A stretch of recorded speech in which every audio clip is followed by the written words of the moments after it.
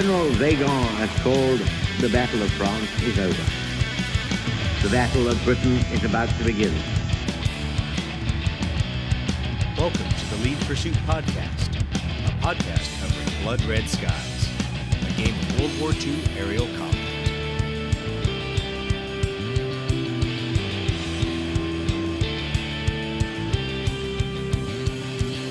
Welcome to episode 18 of the Lead Pursuit Podcast.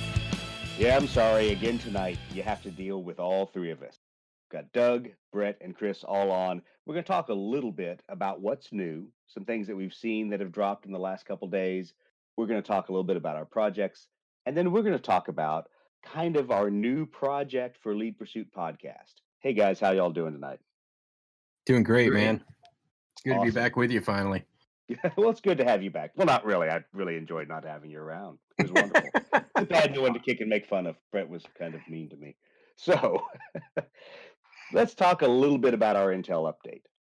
I really don't need any more airplanes, but apparently a bunch of you out there in the interwebs do. So Brett, I know we had seen some information drop that P-40s are coming. P-40s with Tex Hill as the ace. What else did we see? P-47s, 109, which variant? The G model. Yeah, G model. So 109Gs coming out and 262s. What do you think about that? Resin. We heard some hints that some planes were coming. It's nice to see. I think a lot of people are going to be geeked out about that 262 because my initial impression was that wasn't going to be this year, that might be later. Yeah, I thought that was going to be next year, but the latest word is sometime in December, maybe right before the end of the year, right before the holidays. Those are going to drop. And Chris, you think they're all going to be resin? So I do. I got to, like I said, you guys are here. I met up with John Russell at MGT, but he was basically saying that they think and he believes they're resin from here on out. It looks like Warlord's completely committing to resin. All the Judge Dredd stuff, with the exception, I think, the special edition miniature that's coming out for Judge Dredd is all in resin. So with the investment they're making in it, there's really no other reason to do lead casting anymore. Well, the real question is, do we think they are metal casts they've made a cast of and turned into resin that they already had kind of in the hopper, or do we think they've started from resin from scratch? Yeah, and we're probably really not going to know until we see some really good photographs. I can tell you personally, I because of John Russell, thank you very much. He was able to get me some very early sets of the Yak 16s, the Polycarpov I-16s, and not Yak 16s, Yak 1Bs, and the MiG 3s that just came out, and all three of their corresponding aces in the Warlord Resin. And I've got them at the house. I've been working with them for about 5 days, and they're amazing planes. But the one thing I can tell you is they are straight from the lead sculpts. So not a lot of deep panel lines that we're used to seeing on some of the plastic kits. So that's going to be one thing to get used to.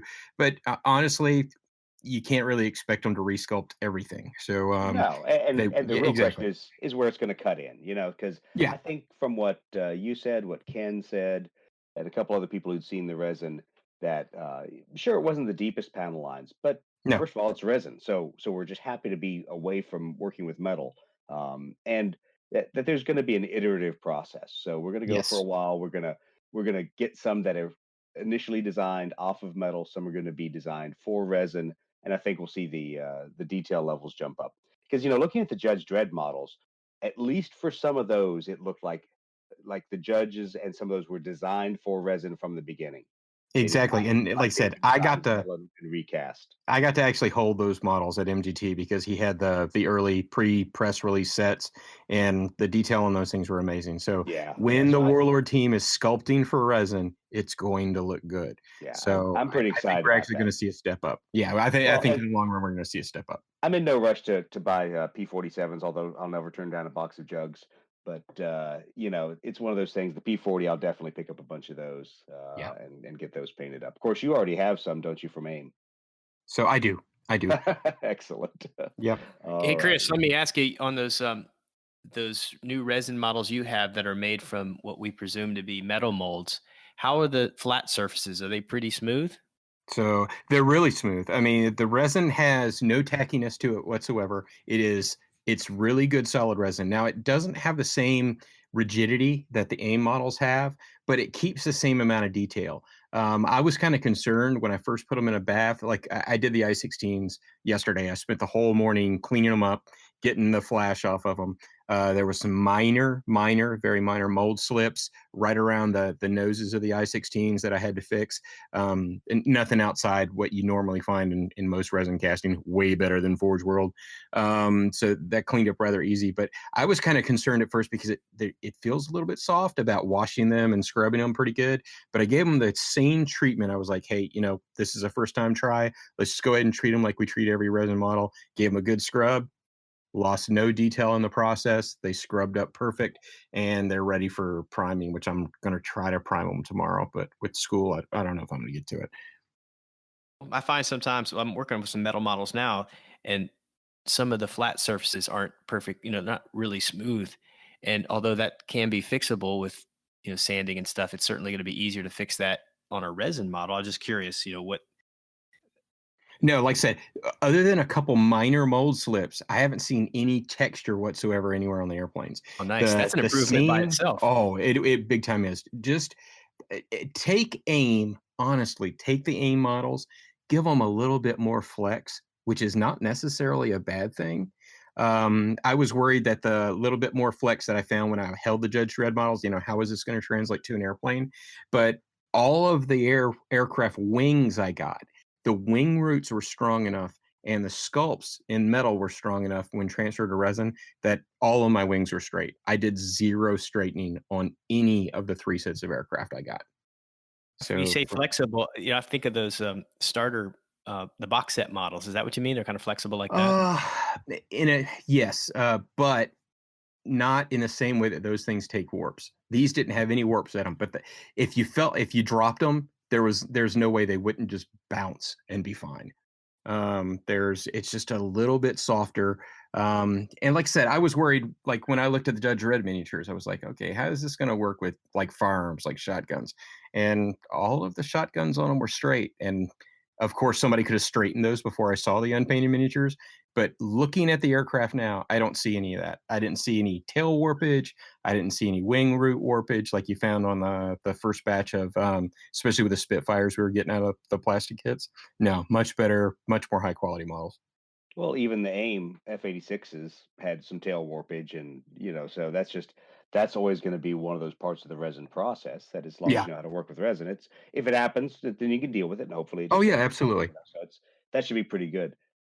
I think the real question is going to be as we make the shift from metal. It's really showing how a lot of the lack of detail in some of the metal was a materials and processes piece, and not necessarily a problem in the mold.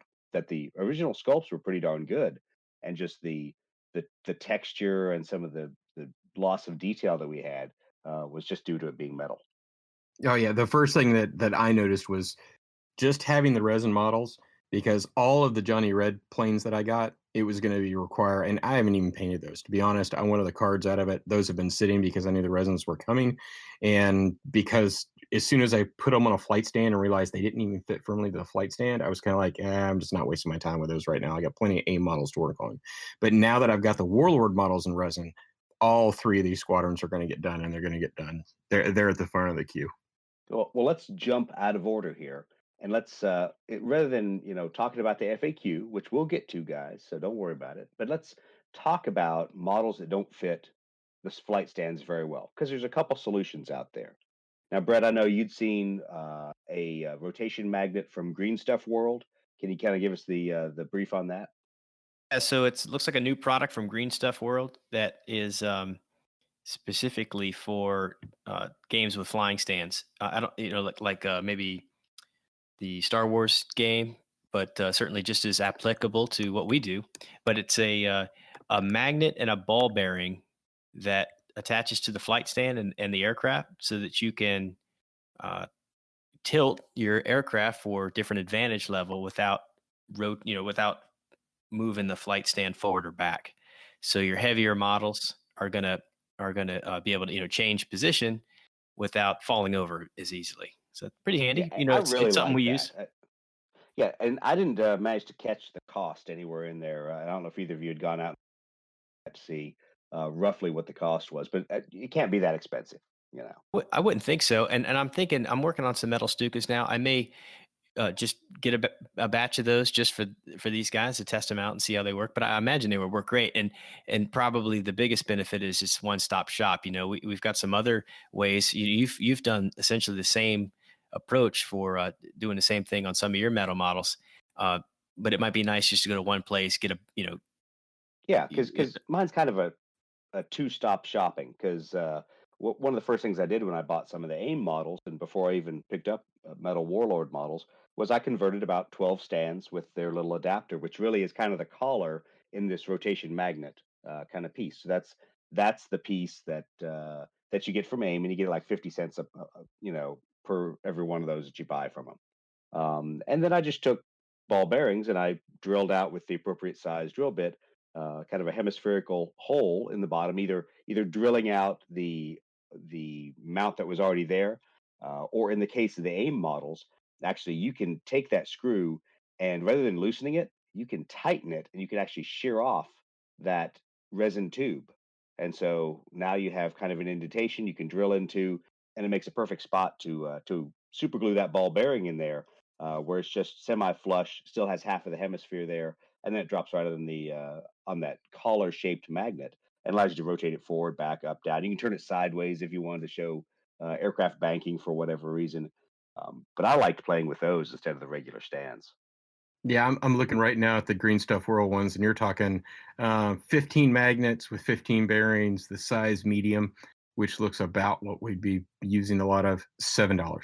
Yeah, yeah. So it's So around 50 cents. So yeah. that's nice. That's perfect. Then you don't have to go out and go steal all the ball bearings that you were going to dump into your paint bottles.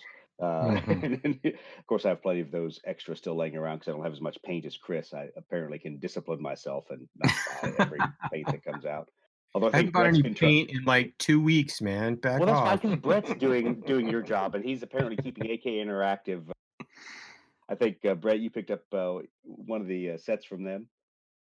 Oh, I did. Yeah, I just started using it too. I like it. Yeah, and I'm going to try. I have another brand out there on the horizon that I want to try too for a build a project I have in queue that I have colors I wanted for, and stumbled across another brand that I want to try out. Mostly it's a hunt for the color, but then I see, oh wait, they have this. Let me get it from this brand. Like, well, I this don't thing. know which of your problems is worse, model acquisition or paint acquisition. You guys are you're killing me. I'm not as bad as Chris on the paint yet. I don't think. That is true. Well, you don't have to fill out two different studios. You know, you only have one studio. Chris doesn't want to walk from upstairs to downstairs like, oh my gosh, what am I going to do without RAF Brown? I'd have to buy two of them. Yeah, So, must be so nice. I hear you doing a lot of criticism for a guy that walked away with a whole box of Badger paint and Army Painter paint Yeah, I did. Thank because you. I don't like them. So Yeah, you so fed my need for Badger. so Because where's the I love? use those. Well, I should say I would use those when I'm painting my war. I haven't painted miniature in ages, but that's fine. No, I was that's laughing the other day because I asked John Russell. I says, so those freaking Corsairs you've got. When we were at MGT, I says, I really love this blue on them. How did you get that? And he goes, oh, that's the Badger blue. And I was like, son of a bitch, yeah, that's one of the colors I yes. came to talk. Small victories. Well, no, I actually rather than buying two of everything, although I did buy a couple new paint kits for over at the farm. I just have two paint carrying cases that I just carry my paints back and forth, just because I don't need more paint I'm not going to use. So let's minimize the amount of paint going bad over time.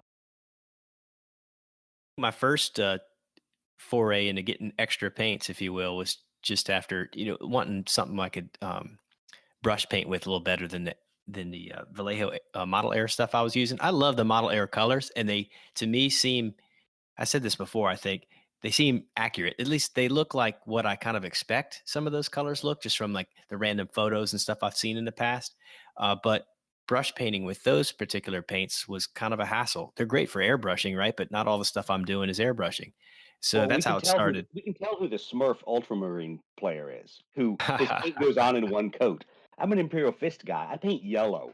I'm used to like six coats to even cover up whatever the primer is if it's not the Uh, same color. So yeah, I exactly feel your pain. That's why I'm looking at AK Interact. Yes, because you're one of the few people on the planet trying to brush paint yellow. You're a jerk. I don't like you. I disconnected from the podcast. Never liked Chris anyway. Enjoyed it when he wasn't around. There's this really modern thing. I think they were invented in like the 1920s. They're called airbrushes, buddy. I'm not laughing. It's not funny. Well, if I had a good friend who was good with airbrushes that actually taught me how to use it instead of just painting a model in front of me and assuming I figured it. Thanks, man. That's a great dreadnought. Appreciate it. He looks great. Still have no idea how you did it. You need to get you signed up for a paint class. Yeah. Well, that would require me to actually have free time. So that's the other thing. That's not going to happen. No, not going to happen at all. All right. Well, good. So we talked about the magnets, talked about ways of mounting those aircraft. Once again, it's up to your personal preference, but I love not having to flip the stand forward or backward and worry about, is my model too heavy? Is it going to tip over? And then I really don't like using those big, huge 3-inch base extensions anyway. So I think the Green Stuff World magnets are worth it. Invest in them, convert a bunch of stands, and then at the end of the day, you just need to buy extra ball bearings. So it should be pretty easy. How many times do we knock your planes over or knock them, from advantage to disadvantage with our rulers and so that was the funny thing. The ruler we didn't do the worst with. It was the stupid metal tip to our tapes, and as soon as our metal tips found the magnets, that's what kept flipping it over. So there is an occupational hazard to doing this, and that's, you better go out and find the right kind of acrylic or otherwise movement marker, movement template, so that you're not magnetizing yourself and moving all your fighters around. It did happen a lot. It got to be kind of a pretty pain. funny. Yeah, it got to be kind of frustrating, but it was funny for the first 30 times. I got this vision in my head of this tape going across the table, doing measurement, and like 8 planes going thump. Pretty much. Or what you'd be like, I think I can move right in close, and it suck the model back an inch, and you're like, really? Come on, dudes. Yeah. So occupational hazard. Hey, that's why I bought everybody these great templates from Just Lasered that we talked about last week that I still haven't mailed out because I'm a jerk. So I'll get to that this week. That's all right. I got to get stuff in the mail for you two guys too, because I've got all these extra cards now that are definitely coming your way. Nice. All right. Well, let's talk a little bit about resin, because Chris, you've had your hands on it. You've worked with it a bit. Really give us your detailed analysis after having worked with the resin Russian fighters. As Brett would say, I got it in my hands and I played with it a little. I did not that. Got to touch it, feel it. I mean, I realized it's a miniature. Touched it, I feel it, I got personal with it. Yeah. I fit in all the right places. Planes you've handled, not anything else. But no, that, like I said, all 3 of the planes that I've worked with are great. Do I like them better than AIM? I'd say that the verdict's out, and that's only because that they were sculpts that weren't originally intended for resin. I honestly believe that when the sculptors at Warlord get fired up and doing stuff for resin, I'm gonna like the Warlord stuff better. And that's not dinging Dave Schmidt at all. It's just the panel recess on a lot of his models, it leaves a little bit to be desired too. So they're older sculpts. They were done a lot longer ago. Absolutely. And a lot of them haven't been updated. And he's incrementally updated some. Yeah. But let's be honest, at least he has the wider variety. Without a doubt. They just aren't going to get done. And absolutely. And so to me, it's going to obviously chip away at things like the P40, P47, things that are already kind of in. Actually, I don't even think he has a P47. Things that are already in his group of aircraft. But the fact is, Warlord's not going to do a resin B29 anytime soon. So they're not going to do a roofie or a freaking PBY Catalina, which are things we're going to want down the road when we're doing weird little missions. And absolutely. Dave's going to be that guy that you can go out and go, okay, yeah, I can go get myself a float plane, or I can go get myself some weird freaking bomber cargo transport, or a Condor, for crying out loud, like they'll ever do a Condor. But I mean, and Brett's itching to do a Condor just because it'll be cool. But But I think that's where Dave and Warlord are going to find this happy place, because Dave was trucking long before Blood Red Skies came along. If anything, this has been a boon for him. So I think the landscape is gonna shore up pretty good between. There's plenty of other World War II and modern Oh, you got like planes Trumpeter out there too. So Yeah, you got yeah, Trumpeter out there too, making models that are great. well, and the point is, Dave's got so many other lines that he supports. I mean, half the Mhm. stuff on his 1-200 website is modern stuff that, while it's cool stuff that I'd look at, some other people might, want to play with a variety of rules. It's just not supported right now. So Yeah. yeah, that's fine. Yep. Well, so you've been playing with the resin. Brett, you've been playing with metal. Tell us about your drama. Oh yeah. Well, I was wanting to do some JU-87s for our Malta campaign, and I was kind of going back and forth whether to get some from AIM or get the ones from Warlord. And I thought, you know what, let me just get the ones from Warlord because I haven't done any metal models in a while. And kind of what tipped me over the uh, the edge on that decision was I saw some thread or something, I think on Ready Room, some people asking questions about doing metal models. I thought, you know what, let me do some metal models so that if the question comes up, I can at least say, I've got some experience. This is what you should do and not do, and that kind of thing. So I did it, and I'm painting them now. They're assembled and all that and primed. I'm doing base coats right now, so in a week or two I'll probably have them all finished. But yeah, I'm doing fourth Stoffel of STG2 out of they were uh, flying out of Sicily, and they're going to look pretty cool, I think. And it wasn't terrible. I'd say they're not the BF-110s, hard plastic sculpts. They're not that crisp, but they're not terrible. That's why I was asking questions about the flat surfaces, for the resin that came from those metal molds, because the first thing I noticed, even beyond the the details are as far as like not super deep panel lines, was that just the generally the flat surfaces are a little bumpy and kind of have some rough texture to them. And I guess that's just a metal thing. But a lot of that was, fairly easy to clean up. I guess much the same way you would clean up a resin model with a little bit of sanding and stuff to get them more smooth. But they're not perfect. I'm gonna have to be, I think, a little careful when I get to the panel washing phase. Maybe the Flory wash won't take to that too great because if that's a bit of a rough texture, I find it's not the perfect solution for that. But they're painting up fine. The hardest part was gluing the wheels, the landing gear onto the Yeah, how'd you end up fuselage. solving that one? Well, I scored both ends that get glued together with a sharp hobby knife, made kind of like a crisscross pattern very carefully. It's a really small area. It's too small, in my opinion, to really drill and pin, which is kind of what I expected to do. But I don't at least have a bit that's small enough to make that happen. So yeah, that's what I did. I kind of made like a crisscross pattern with a sharp knife, and it's because the metal is so soft, you can't press down. You have to basically pull the blade along the surface to get that cut, or you run the risk of really damaging the cutting off shaving off a big portion of the landing gear. It's that small. So made a Yeah. crisscross pattern on both gluing surfaces, and then use some super glue gel, and that seemed to do the trick. I wouldn't grab it by the landing gear, but I think just generally handling it and stuff, it's going to be fine. I mean, just as I've been painting them and stuff, I haven't had any problems where anything is busted off. I think I also in the after gluing them where there are obvious seams, I did some liquid green stuff in those cracks, and then carefully sanded everything down to get it nice and smooth and look like a single piece again, and then just primed Yeah. over it. So far, so good. Well, nice. Glad that's going to work out because this is what, the second painting of those models? Yeah, the first, yeah, I wasn't real. I used a rattle can to prime. It's the second time I've done that, and I had similarly crappy results. I guess it just seemed to me to be. I wouldn't call it fuzzy. If anybody's used, some rattle can stuff to do priming or base coating, and sometimes you get that fuzzy effect. It wasn't quite that bad, but to me, it just seemed to have more texture than I wanted. So instead of painting over that and just ignoring it, I said, no, I'm not going to be happy with it. Let me just put these in the stripper bucket and start over. So no big deal.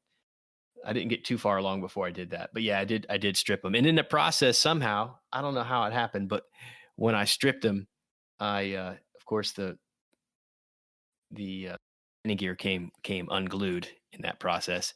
and I lost a set of landing gear. So I've got, instead of having 6, Stu, because I have 5, because I've got one of the net. It's missing one part of the landing gear. So I'm gonna probably have to order one from AIM just to make up for that missing aircraft. Yeah, it That'll could become a damage crashed it. airplane marker. Yeah, I got one that would fly in circles at this point if I built it with what parts I have. Yeah, that would be a little bit of drag on one side of the airplane. Well, that's enough talking about modeling because, quite frankly, I don't care. Let's talk about rules. So, the 17th of October, the FAQ drop. Not a lot of changes, but a pretty important clarification, especially before we start talking about some of the cards that are coming out, some of the Malta missions coming up. It was a brief clarification about stat 0 lines for aircraft, such as firepower 0 or agility 0. Now, there's a difference there between a 0 and a dash. A dash means it just doesn't have a value for it. It can't do that. It can't shoot. It can't dodge. A 0 means it just doesn't add anything to the pilot skill. So if you look at the FAQ, and I'll beat up on Andy for writing this, it's not in the aircraft trait section, as he says. It's in the aircraft data section. Thanks, Andy, for confusing me as I'm trying to scroll back and forth through this thing. But it talks about if you have a 0 firepower, you're still going to add your pilot skill. So you still would roll with pilot skill 3. You'd still roll 3 dice if you shot at somebody. Now, where it gets a little weird is agility. So if you think about it, for a normal fighter, if it's agility 0, you just roll your pilot skill. But remember, for multi-engine aircraft, if they're not agile, then if you don't have the ability to add that pilot skill, you're going to automatically fail the check. So that nose or tail dodge, you'd automatically fail. If it's a deflection shot, you still get to add the substitute or put your speed in there. So you still get those dice. So kind of like what we saw with the B-29s. And I know that's been a question for some people as they've seen cards with a 0 agility. Now, if you had a dash for agility, dude, I guess it means you just don't dodge. Sorry, you're going to get shot. You will see some dashes for firepower. Now, where those come in is sometimes there are aircraft with really weak forward firing weapons. If you think about some of the bombers, specifically some of the third country aircraft like the Italians, where you have a single 7 millimeter machine gun sticking out of the right side of the pilot's part of the cockpit.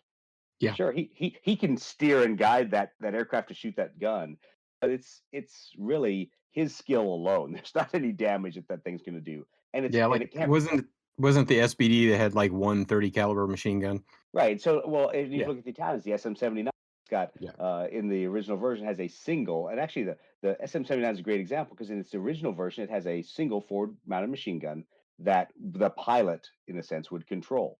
When you go to the SM-79 3, that goes away. So you go from a car that would have a 0 firepower to a dash. So it doesn't have any forward firing pilot controlled firepower, but it still has turrets, it still has arc Yeah. firepower, things like that. So it's just an important rule clarification that probably most everyone hasn't run into because they're flying fighters.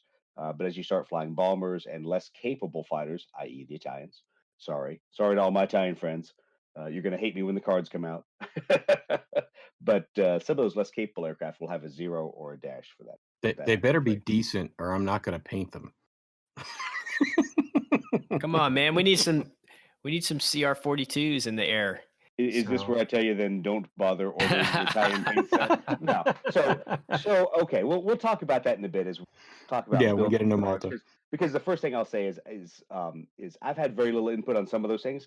Thankfully, Ken and Andy and a lot of the other guys have done a lot of work for a lot of the air arms that may not be released for a while. So there's some stats out there, but certainly not everyone's favorite airplane, and certainly not some of the airplanes we kind of needed for some of our plans. Were in there, so there's some things you can blame me for. There's some things you can blame others for. I'm sure there'll be plenty of blame to go around, as everyone's favorite Italian aircraft don't have good stats. But sorry. Look cool. Yeah, they're going to look cool. Great paint jobs, and I've already seen some awesome ones. I think it'll be good. Yeah. Well, let's talk about why we're doing Malta and how we ended up saying, let's go out and create a series of scenarios and some cards to really build a series of missions around airstrike. So we wanted to do something to intro players. It's always easy to open up a game, read scenario 0, scenario 5, and kind of push some models around a table. but it's even easier when you have a story, when there's something to interest you in that scenario. It isn't just you grabbing the models you have and trying to shoehorn them into a specific scenario. It's all laid out for you. So I've always been a huge fan of the Siege of Malta, probably because I visited Malta. I liked the bars. I enjoyed the island. It was a lot of fun. But on the professional military side, it was fascinating to study the Siege of Malta, especially to see an entire island that was a Victoria's Cross. When they have the Victoria Cross because they have a stiff upper lip and they've endured the siege for so long. It's one of those kind of things that's pretty impressive as a military occurrence. So I suggested to the other two guys here in Lead Pursuit, hey, if we're going to build a series of scenarios, let's build it around Malta. And I'm sure both of you guys were like, Malta what? I Well, was, yes. to be honest, I mean, I've been to Malta also, and it was fascinating when you mentioned it, because I was like, that was a piece of history. When you go to Malta and you hear Great Britain's unsinkable, aircraft carrier in the Mediterranean, and you realize that even in the 90s, when we were visiting there on ships, the Maltese people are very proud of the Siege of Malta. So when you open it up, I was kind of like, that could be pretty damn cool. So just because it's unique, it's not a theater of war that we think about a whole lot in World War II. Yeah, and that was kind of one of the reasons I chose it. Brett, you were gonna say something there? I really didn't know anything about it. I mean, when you said that, my first thought was, but what about Western Desert? I mean, I'd probably heard of Joaquin Marseille, and I certainly have seen artwork and imagery of 109s flying over the desert there, but had no knowledge really of what went on in Malta. We know Brett was thinking, "Where's my Army Ranger?" Now, no, yeah, and for me, I'll be honest, I'm not a huge sorry, all of our UK compatriots. But that one battle is one of the few that I look at and go, it really is cool for me as someone whose forces did not interact. And there's no US forces in it. It fascinated me.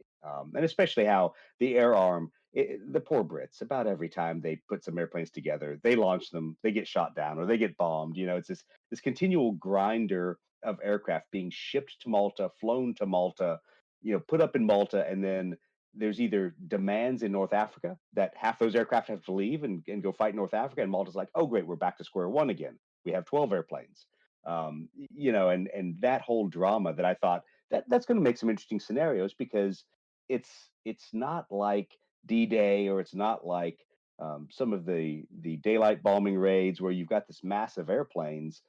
There were some large strikes, but generally they were kind of one-sided large strikes. And Brett, I know you did a little bit of research about the initial Italian strikes.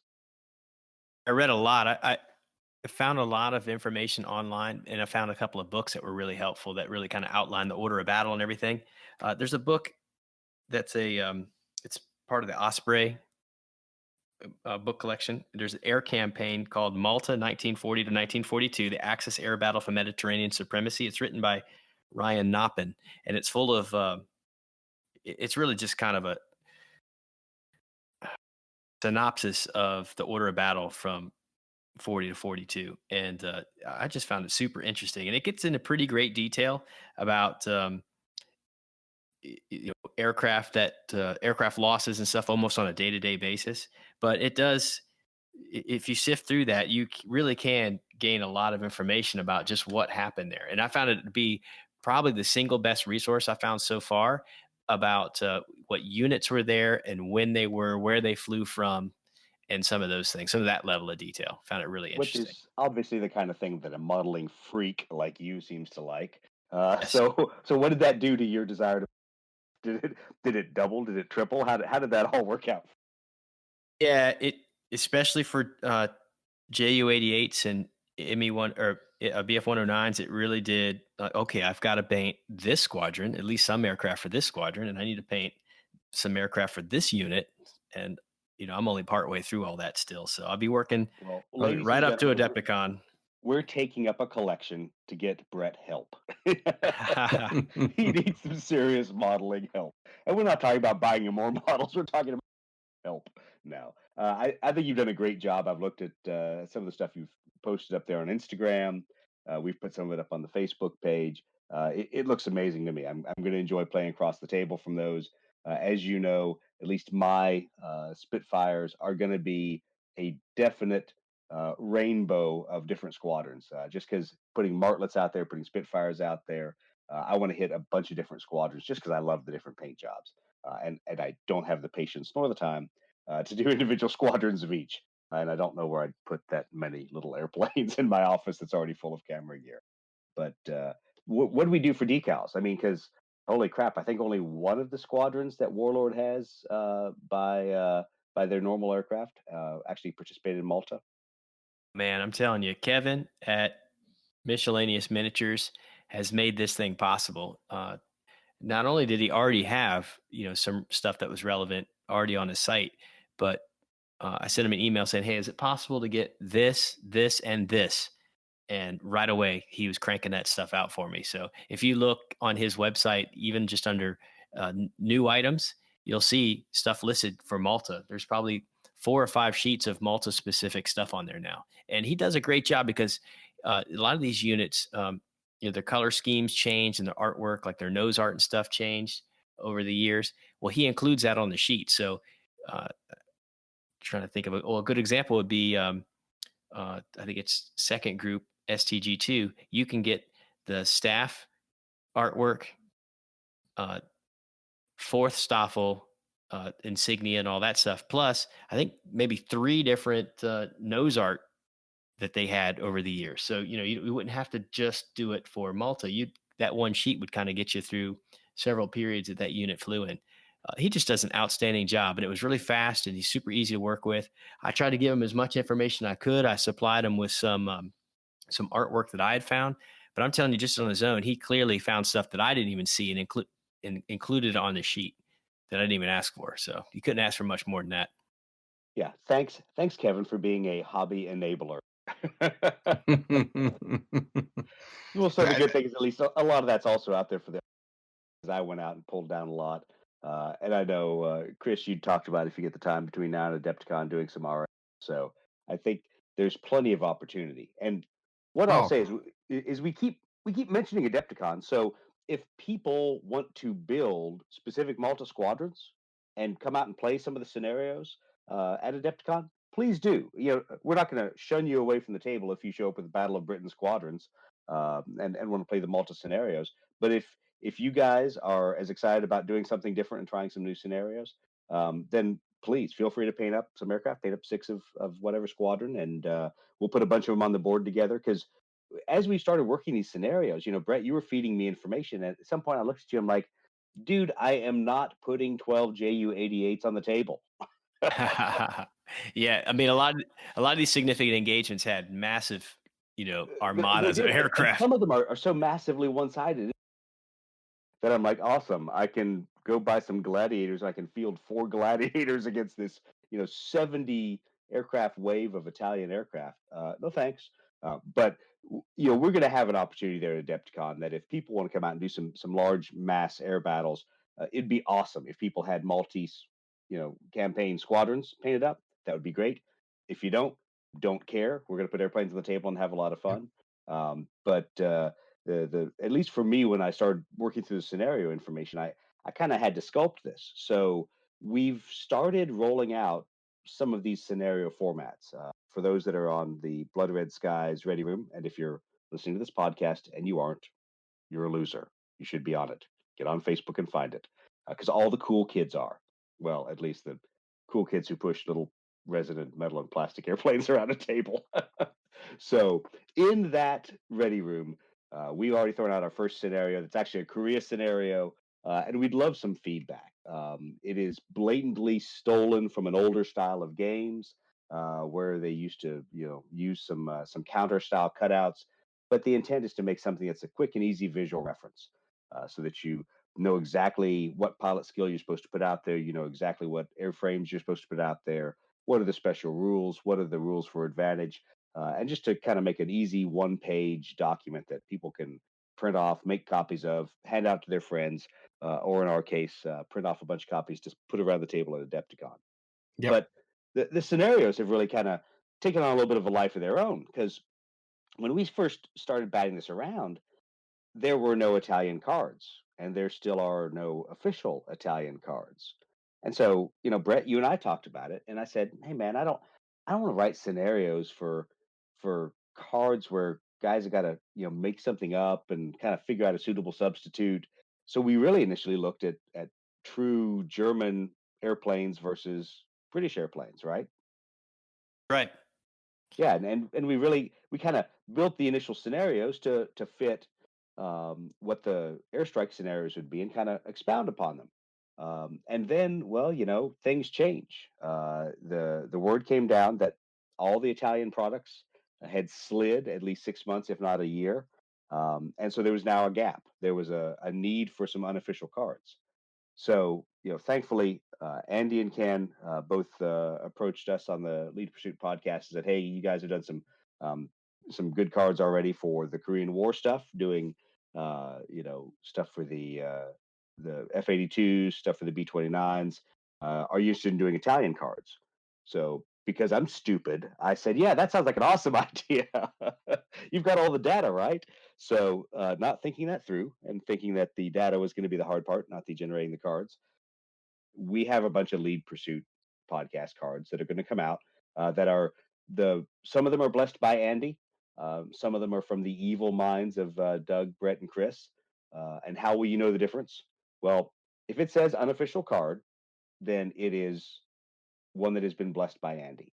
If it says playtest card, then it's some numbers that Doug thought of as he was really tired and sitting in the airline lounge in Korea on his third Jack and Coke.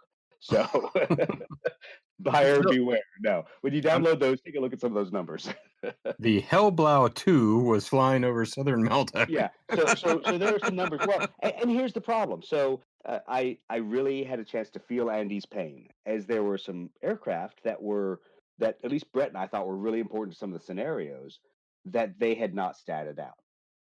And so I told him, I said, "Hey, I'm going to do some stats. You guys can like them. You don't have to like them. Whatever. You can make fun of me when we release them, but we're going to put some stats in this package." And obviously, Andy's been working on a lot of stuff. In case you didn't notice, his name is one of the three headliners on the Judge Dredd stuff. So he's been a little bit busy and trying to get Airstrike out. So there's going to be some cards that are as far from official as can be, but play with them and tell us what you think. And some of the aircraft traits are going to need to evolve as well. We know that. We know, especially using some of these Italian bombers that were, dare I say, multi-role bombers. They sometimes did bombing. They sometimes did dive bombing. They sometimes did torpedo bombing. We're gonna have to figure out what traits apply where and how to make that work out well. So take it with a grain of salt, but hopefully here in the next week or so, you should see aircraft cards for the Italian aircraft start dropping. that's something I'm so happy you're able to do because, as I learn more and more about Malta, I mean, I really have gone pretty darn deep into this thing, and there's some really fun things where well, in the air battle itself. I mean, there were times when it was just the Italians, right? And all the Right. Yeah, times that the absolutely. Luftwaffe were involved, the Italians were participating as well. Um, and you mentioned before, some of these air battles are really large and often one sided. But with the help of that's one of the great things about that book I mentioned. The details will call out, like even though it was this massive complement of Axis planes against maybe a small contingent of whatever they can get in the air to defend Malta. This this book has helped. You can pick out portions where it's like, forget about 100 aircraft in the air. Look at these four planes and what happened, and it maybe makes something that makes something playable out of a scenario, out of a situation that was certainly one sided. Right. Well, and I think there's two different things that we're going to try to do with these scenarios, and are they going to be perfectly balanced? No. The intent is not. The intent is to really replicate the historical situation. So I'm sorry if you're expecting a perfectly balanced scenario. Malta had some very asymmetric battles, but the cool thing is the way we've built it is the intent is to introduce parts of airstrike in a historical context. So you're not just opening up to scenario 8 and playing through scenario 8. You're able to say, "Hey, I want to play a specific part of this action, and it's going to expose me to part of the airstrike rules." And one of those is going to be kind of Mission Zero, which is the first Italian unopposed strikes, where you could run it solitaire if you want. or the other player is going to get to play with flak and understand the difference between barrage flak, light flak, how those things all interact. But they're not going to field any airplane. And sure, it's going to be a quick scenario. Sure, the Italians are probably going to do some damage to the city rather than being totally shot out of the skies. But it's going to at least allow you to play through the mechanics, so that's an easier way to introduce yourself to it rather than throwing everything on the table at once. Getting into things like the Blitz on the Illustrious. I mean, there's some potential that people are going to come away really interested in what happened in Malta, like I did, and want to know more about it. Well, the thing that I've found interesting is while I knew a decent amount about the battle, the having to go in and build these cards for the Italian, I learned a lot more about Italian aircraft and their entire air arm than I knew previously. Now, I will not say that I've learned how to pronounce any of the names. I've not necessarily learned all the weapon systems that were on them and why they really meet up to the stat lines that Andy and everyone has given them. But it was fascinating for me to go through and see a little bit of the evolution of the Italian air power coupled with at the same time what Germany was doing and where the rest of the world's technology was, because it certainly is not the same. And I'll tell you, there's a lot of airplanes out there that have the poor quality trait. I'm sorry if you're a fan of I'll totally mangle the name, the Regia Aeronautica. If you're a fan of them, I apologize. They're given poor quality for a reason, and we can talk about that as the scenarios come online. But there's still a lot of aircraft that have some really cool capabilities like Centauros, Arietes. You've got Falcos out there. You've got both of the Mach-E's are out there, the 205 and the 200. So I think it'll give you a wide variety. There's a lot of exciting airstrike stuff in there too. I mean, you mentioned that, but it's really going to be a way to showcase airstrike besides, you know, mess around with some of this new stuff with Italians potentially. So Yeah, well, and something that all the features are there in the baseline scenarios. The confusion for me is there was no easy step somebody through uh, deck launched interceptors, to step them through barrage flak, to step them through torpedo planes and you know sea burst kind of flak. Things like that are really cool things. You probably want to play as what we would have referred to in the military as a partial task trainer. I want to try those things and not necessarily have to put them in all together in my first battle where I've got ships in a harbor, torpedo planes trying to hit them, level bombers, and fighters all trying to defend it. Because I'm just, I, it's the scenario is going to degrade. It's not going to be near as much fun if I try to do everything on the first day out. yeah, I think this provides a lot of opportunity to do a lot of those things in a very stepwise fashion. And if you ever have any questions about that, we can talk offline about where some of that stuff can fit in. Because even if I didn't reflect it on our little planner sheet that we've been working off of, I could probably, you say, hey, we need this. I could say, okay, it goes right here. I probably know it to that level of detail where I could fit it in if it's not Well, already look, clear I on the mean, I sheet. mean, let's put it this way. I already broke down biplanes. So if we need to have something about ships shooting barrage flak at torpedo planes, you guys can have your precious little Battle of Toronto. That's all right. Stupid biplanes. I've been trying to trigger Doug over the weeks by every time I find Malta artwork that features biplanes, I send it to him. And I don't I've want to sent hear you a it. lot. I don't want to hear it, jackass. I made cards for biplanes for British. You still haven't done my Night Witches cards. No, no, I haven't. Sorry. All that got pushed to the side as soon as the Italian piece came in. No, So we're all about it. I was happy to do that. I know we've also got some aces. We've done some aces, Yes, we so are. that will be cool. And huge shout out to Ken. So really happy that Ken spent some time talking to Andy and clarifying, hey, can we do some aces Yeah. for aircraft that haven't been planned to? And what everyone will see. So there's a little full disclosure here. You'll see some kind of ready room aces that everybody kind of agrees on. You'll see some aces that are lead pursuit aces. That is just me, Brett, and Chris go, that pilot's really cool. We want to put that pilot in the game. And some of them aren't even really true aces by numbers of kills. They're aces by impact to the battle. Yep. So we'll see some different things out there. And and once again, I'll remind everybody, all the listeners, that these are not the kind of cards you're going to roll to a competitive game with because they're unofficial. They're playtest cards, but they're fun things to try, and they kind of save you from doing the math and figuring out how many points should that ace be, what skills should they have. They kind of give you a baseline. And if you want to change them, that's great. Print them out, pen and ink, change them all you want. Bring them to Adepticon, and we can argue about the stats there over some beers. Yep. But more importantly, we can play a bunch of these games. So hopefully we'll get these scenarios and these cards and everything out in the month of November, so everybody can see it a little bit before Airstrike drops. Everyone will get their pre-orders in December of Airstrike. Everyone can start playing through that, and then by the time we roll into Adepticon, hopefully everybody's kind of comfortable with the cards, the scenarios. That if we want to do some big Malta battles, down drag out on Friday night, that should be really easy. Everyone can play over on those tables. I'll probably be on the by myself with all my friends. But while I love Malta, I really want to play some more Mig Alley. But we'll have a lot to offer there at Adepticon. And seriously, if you're thinking about going to Adepticon, don't wait. Start shouting out to us on the message board. Start shouting out to us in any forum. Hey, Lead Pursuit. All three of us are going to be at Adepticon. We're going to be making a big push, hand in hand with the Warlord guys. We've already been told Whoa, they're going to hand support in us. hand. Whoa, whoa. Well, not hand in hand. You know, You John guys in Russell. your Ranger panties can be hand in hand. John Russell's not a bad guy to snuggle. I mean, he usually wears a kilt when he's at Adepticon, so you know he's a good guy. But anyway, he said that there's the word prize support has already been offered. So guys, it's going to be a good time. So please let us know that you're interested. Please let us know you're planning to attend. Please let us know what you're interested in doing, so we can make sure that we're getting everybody represented. We want everybody to have a good time. So start communicating with us about it, because the everything at Adepticon with events like this is about talking about it prior, so that it's not, you know, just this one-off, everybody just sees who's going to show up, and you know, then you have a couple people playing.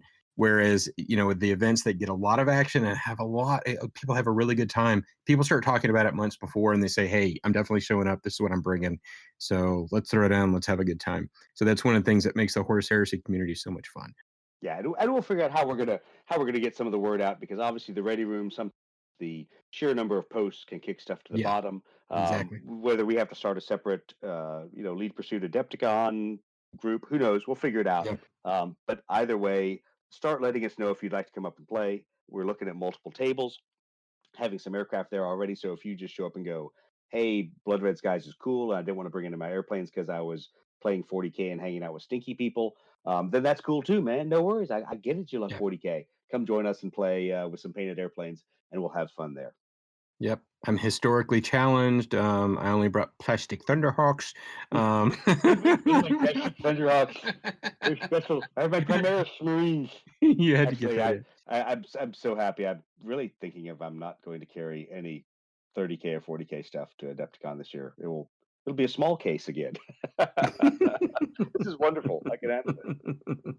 All right. Well, that pretty much wraps up everything we want to talk about for tonight. Brett, I know you have been knee deep in this Malta campaign scenario creation, whatever we want to call it. Is there anything else you want to throw out to the listeners that they just really need to know before they see this stuff dropping in the coming weeks? Well, I would like to give special shout out to Chris. If folks haven't seen, I think you put out a sneak peek of one of the ace cards that's relevant for Malta. That Muchenberg ace card looks awesome, and I really appreciate the work you did on that. I got a little bit more work to do, a little bit of it. I'm trying to do an InDesign. I'm working with some of the graphic designers at my college, and they've been giving me a little bit of help trying to figure InDesign out. So I think what we're looking at trying to do is definitely having a template out there. And we don't even mind sharing with templates. You know, this isn't proprietary stuff. We're just trying to help the community. So we're going to try to get an ace card done for all of the major factions that is kind of generic, meaning you've got the background, you've got the place for the text, you got to figure out how to get the picture and everything else in there, and we're working through those steps. But definitely some ace cards come down the pipe that look pretty darn legit. Yeah, and I'm happy to share the aircraft card template if Facebook will stop giving me the finger every time I try to upload something other than a photo.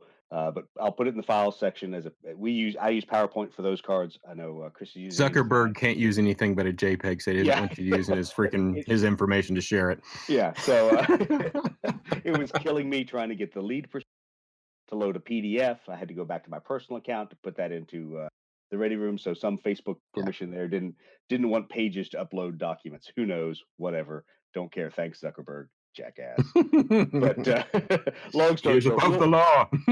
we'll put all our templates out there. Please use them. I realize it took college students to teach Chris how to use InDesign. He couldn't figure out where to put his AOL.com email in to actually log into the program. So they all laugh at me for my Hotmail address still. I might still have one of those. I don't use it though. But we'll put that stuff out there because once again, we're all about everybody else in the community creating things and sharing them. And if you don't like our stats, make your own stats. Put your own name on it. Who cares? Let's have fun playing the game and just adding to the overall architecture that Andy and Warlord have built for this game. Yep. Appreciate it, guys. Appreciate the time. No, we're all tightly time constrained. We have lives, families, and jobs we have to get back to. Homework. And homework for the sucker in the group here. But once again, want to encourage everybody to go out, interact with us on Facebook. Take a look at the Lead Pursuit podcast page. We try to put some news out there, try to send out some info updates from Warlord or some of the other distributors that are out there. Drop us a line on Instagram. It's real easy to find under Lead Pursuit. Take a look at Brett and Chris's models and my lack of models in the last 2 months. Hopefully some of my stuff will be making it out there. But send us some information. Take a look at our scenarios. Give us some feedback. We do this not because we want our names on it, because otherwise it would say Doug, Chris, and Brett's scenario. It says Lead Pursuit because we really want to do this for the community. We want to get that information out there. So please give us the feedback. We look forward to hearing from you. And thanks for taking the time to listen to the podcast.